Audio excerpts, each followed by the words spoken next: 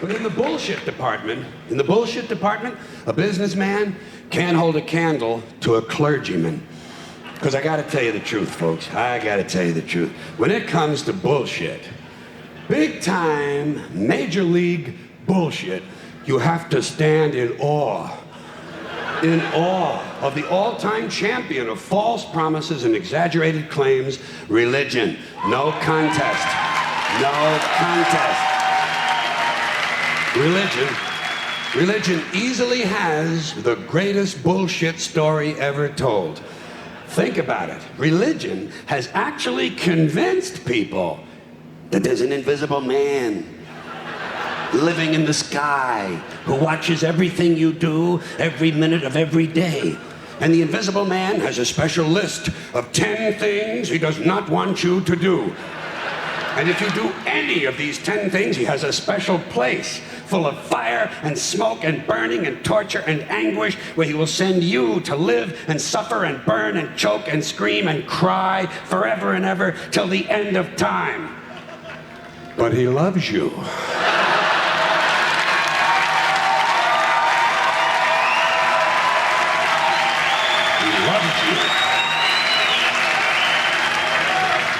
He loves you and he needs money.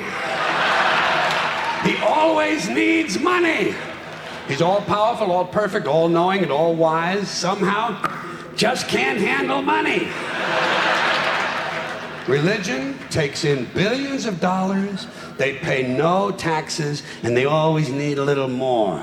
Now, you talk about a good bullshit story. Holy shit.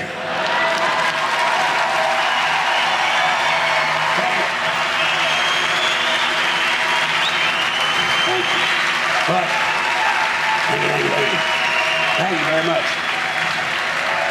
But I want you to know something. This is sincere. I want you to know, when it comes to believing in God, I really tried. I really tried. I tried to believe that there is a God who created each of us in his own image and likeness, loves us very much, and keeps a close eye on things.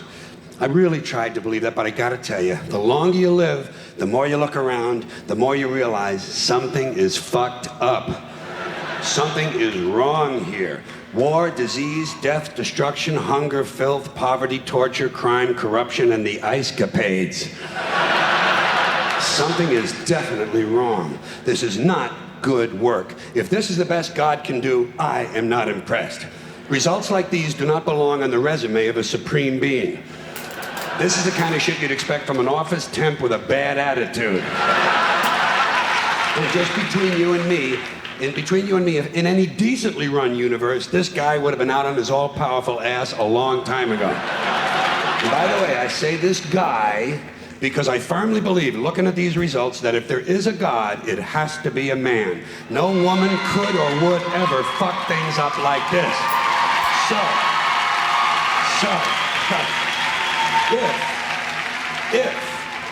If there is a God, I think most reasonable people might agree that he's at least incompetent and maybe, just maybe, doesn't give a shit. Doesn't give a shit, which I admire in a person and which would explain a lot of these bad results. So rather than be just another mindless religious robot, mindlessly and aimlessly and blindly believing that all of this is in the hands of some spooky, incompetent father figure who doesn't give a shit, I decided to look around for something else to worship, something I could really count on. And immediately, I thought of the sun. Happened like that. Overnight, I became a sun worshiper. Well, not overnight, you can't see the sun at night. The first thing the next morning, I became a sun worshiper. Several reasons. First of all, I can see the sun, okay? Yeah. Unlike some other gods I could mention, I can actually see the sun. I'm big on that. If I can see something, I don't know, kind of helps the credibility along, you know? So every day I can see the sun as it gives me everything I need: heat, light, food, flowers in the park, reflections on the lake, an occasional skin cancer, but hey, at least there are no crucifixions, and we're not setting people on fire simply because they don't agree with us. Sun worship is fairly simple. There's no mystery, no miracles, no pageantry, no one asks for money, there are no songs to learn, and we don't have a special building where we all gather once a week to compare clothing. And the best thing about the sun, it never tells me I'm unworthy. Doesn't tell me I'm a bad person who needs to be saved. Hasn't said an unkind word. Treats me fine. So I worship the sun. But I don't pray to the sun. Know why? I wouldn't presume on our friendship. It's not polite. I've often thought people treat God rather rudely, don't you? Asking trillions and trillions of prayers every day, asking and pleading and begging for favors. Do this, give me that, I need a new car, I want a better job. And most of this praying takes place on Sunday, his day off. It's not nice, and it's no way to treat a friend. But people do pray, and they pray for a lot of different things. You know, your sister needs an operation on her crotch. Your brother was arrested for defecating in a mall. But most of all, you'd really like to fuck that hot little redhead down at the convenience store. You know, the one with the eye patch and the club foot, huh? Can you pray for that? I think you'd have to. And I say, fine, pray for anything you want. Pray for anything. But what about the divine plan? Remember that? The divine plan. Long time ago, God made a divine plan. Gave it a lot of thought, decided it was a good plan, put it into practice. And for billions and billions of years, the divine plan has been doing just fine. Now you come along and pray for something. Well, suppose the thing you want isn't in God's divine plan. What do you want him to do? Change his plan? Just for you?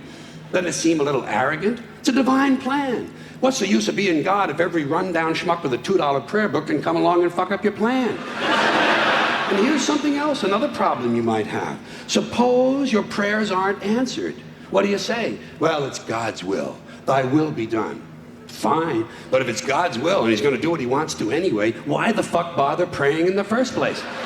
Seems like a big waste of time to me. Couldn't you just skip the praying part and go right to his will? It's all very confusing. So to get around a lot of this, I decided to worship the sun. But as I said, I don't pray to the sun. You know who I pray to? Joe Pesci. Joe Pesci. Joe Pesci. Two reasons. First of all, I think he's a good actor, okay? To me, that counts. Second, he looks like a guy who can get things done. Joe Pesci doesn't fuck around. Doesn't fuck around. In fact, Joe Pesci came through on a couple of things that God was having trouble with. For years, I asked God to do something about my noisy neighbor with the barking dog. Joe Pesci straightened that cocksucker out with one visit. It's amazing what you can accomplish with a simple baseball bat. So I've been praying to Joe for about a year now. And I noticed something. I noticed that all the prayers I used to offer to God and all the prayers I now offer to Joe Pesci are being answered at about the same 50% rate. Half the time I get what I want, half the time I don't. Same as God, 50-50. Same as the four-leaf clover and the horseshoe, the wishing well and the rabbit's foot. Same as the mojo man. Same as the voodoo lady who tells you your fortune by squeezing the goat's testicles. It's all the same, 50-50. So just pick your superstition, sit back, make a wish, and enjoy yourself. And for those of you who look to the Bible for moral lessons and literary qualities, I might suggest a couple of other stories for you. You might want to look at The Three Little Pigs. That's a good one. Has a nice, happy ending. I'm sure you'll like that. Then there's Little Red Riding Hood, although it does have that X-rated part where the big bad wolf actually eats the grandmother, which I didn't care for, by the way. And finally, I've often always drawn a great deal of moral comfort from Humpty Dumpty. The part I like the best, all the king's horses and all the king's men couldn't put Humpty Dumpty back together again. That's because there is no Humpty Dumpty and there is no God. None, not one, no God, never was. In fact, I'm gonna put it this way. If there is a God, may he strike this audience dead. See, nothing happened. Nothing happened. Everybody's okay. All right? Tell you what. I'll raise the stakes. I'll raise the stakes a little bit. If there is a God, may he strike me dead.